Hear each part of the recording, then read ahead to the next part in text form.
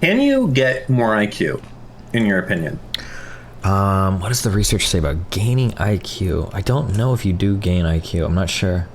I don't know. Because some of that isn't like, how smart are you? It's shit like, here's a bunch of shapes. What's your ability to have like the awareness of understanding how these shapes can go back together in another form? It's not something, I don't think that's something you can learn. It's just something, the way that your mind processes spatial patterns or things like that. I don't know if that's something you can teach yourself to get better at. Yeah, I think IQ is supposed to be a proxy for, I think it's something people want to measure called G, or your G factor. Is that what it's called? Like general intelligence. I don't know if people even agree this exists right now, but yeah, it's hard to say where that comes from, or how early that develops or is in place, or yeah. I don't know.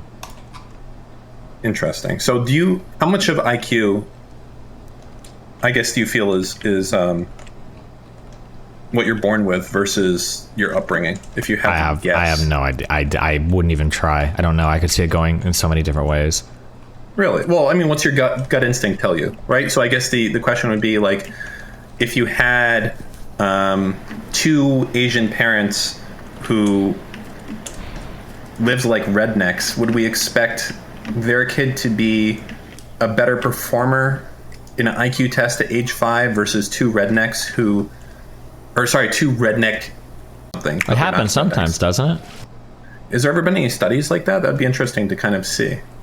I guess I don't want to throw like my adopted parents under the bus, but like my dad is kind of a redneck. I think he's like from like farms in Kentucky or whatever. Pretty sure that's where I think like either in Kentucky or Illinois. And my mom is like Cuban immigrant. Like I don't think and I'm like 190 IQ, Has there ever been any study with like, I guess this would be the perfect thing for like adopted kids to do that type of test, right? Well, of like course, there are tons of adopted kid studies where they measure IQ and shit. There was a really famous one where they tried to do like racial differences between, it was called the Minnesota Twin Adoption Study or whatever. Uh-huh. Mm-hmm.